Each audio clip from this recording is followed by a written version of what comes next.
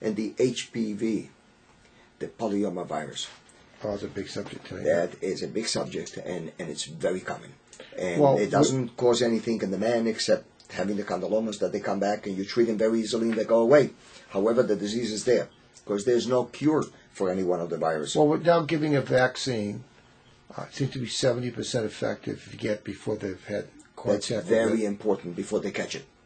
But there's some concern about the vaccine. There was some kids are getting lightheaded, they're fainting. There was some concern about some deaths. We've been checking out very carefully, and it seems to be safe, and we're recommending it. But like anything, it's a new vaccine. You have to have concern if something's going to pop up down the road. Yeah, we don't know down the road what's going to happen. It's like with we don't any have other proof. medication. We don't have proof of 25 years' experience that if we give it to all these women. Right, it's brand new. It's brand new. It appears it's going to work. Yeah. But that's something we're going to learn about, I hope, in our lifetime.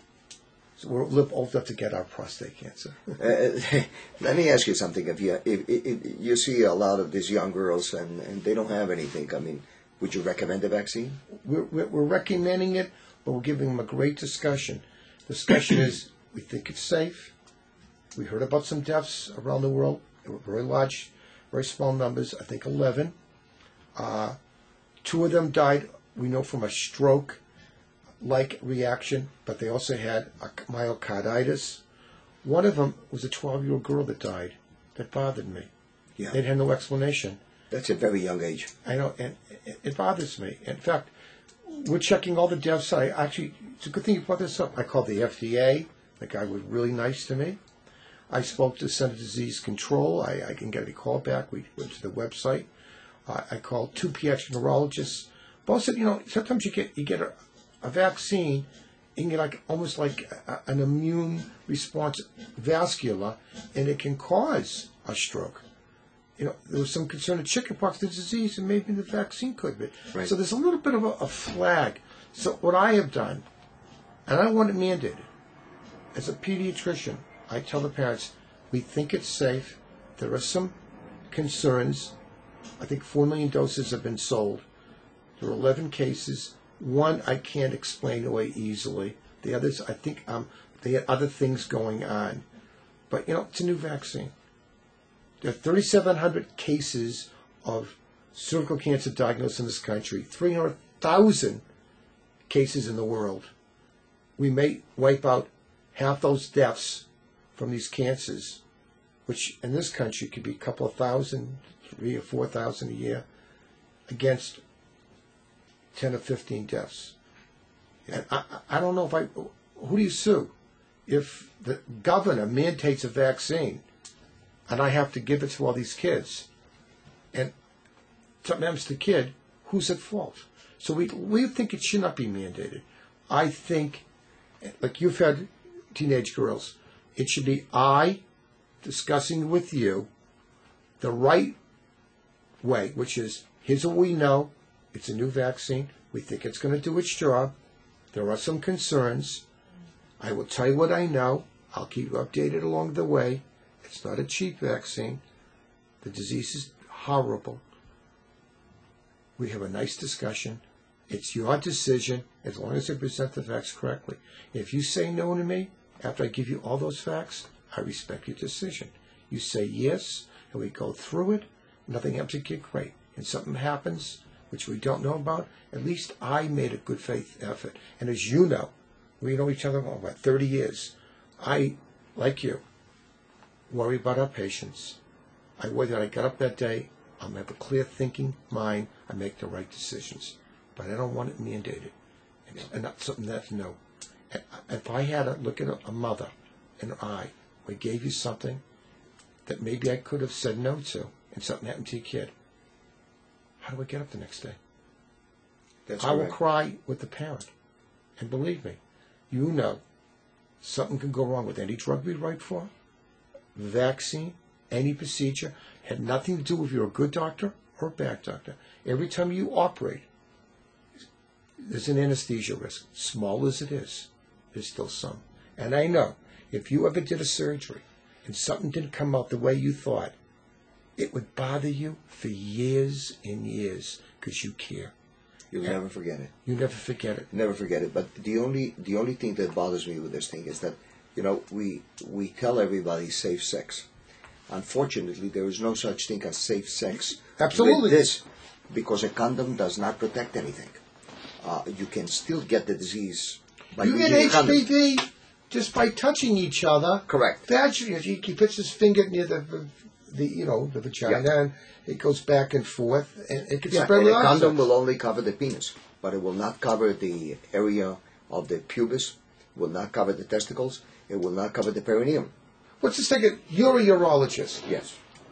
You don't want to see or hear about ever cervical cancer.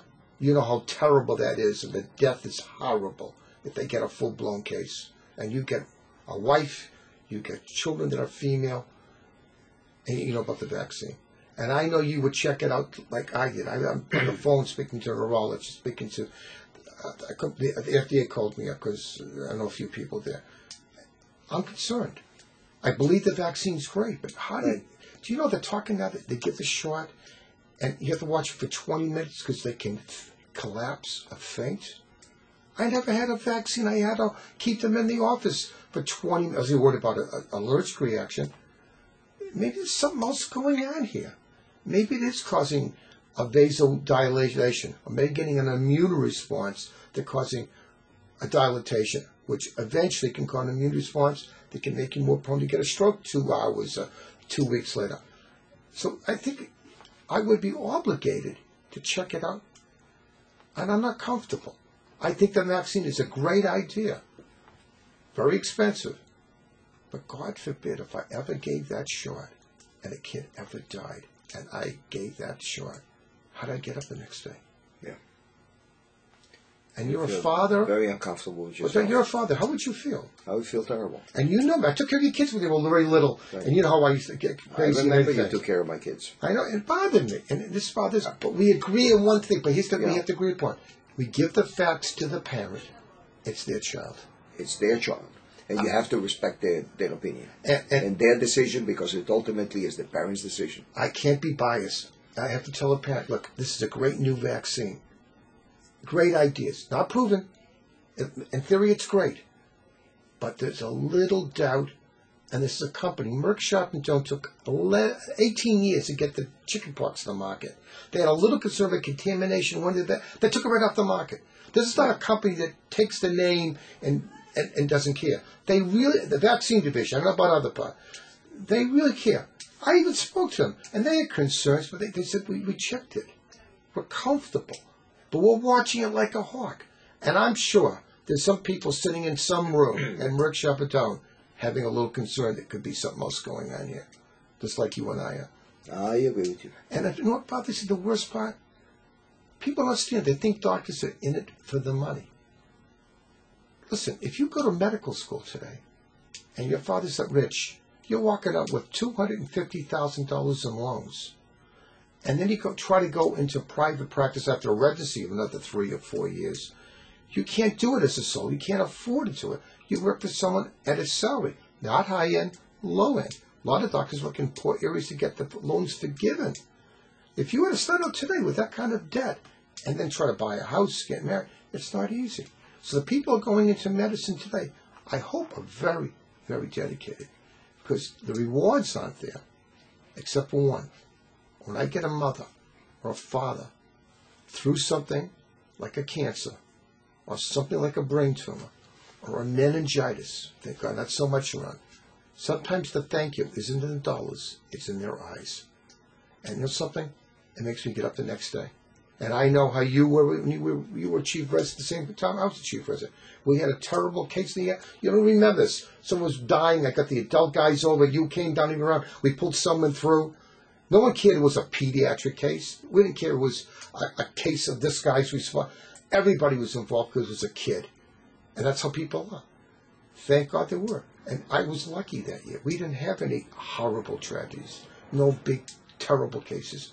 But now, I'm in practice 33 years. I'm giving a vaccine.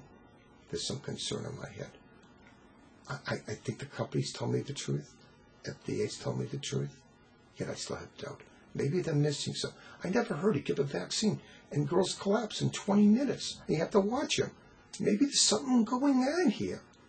Am I wrong?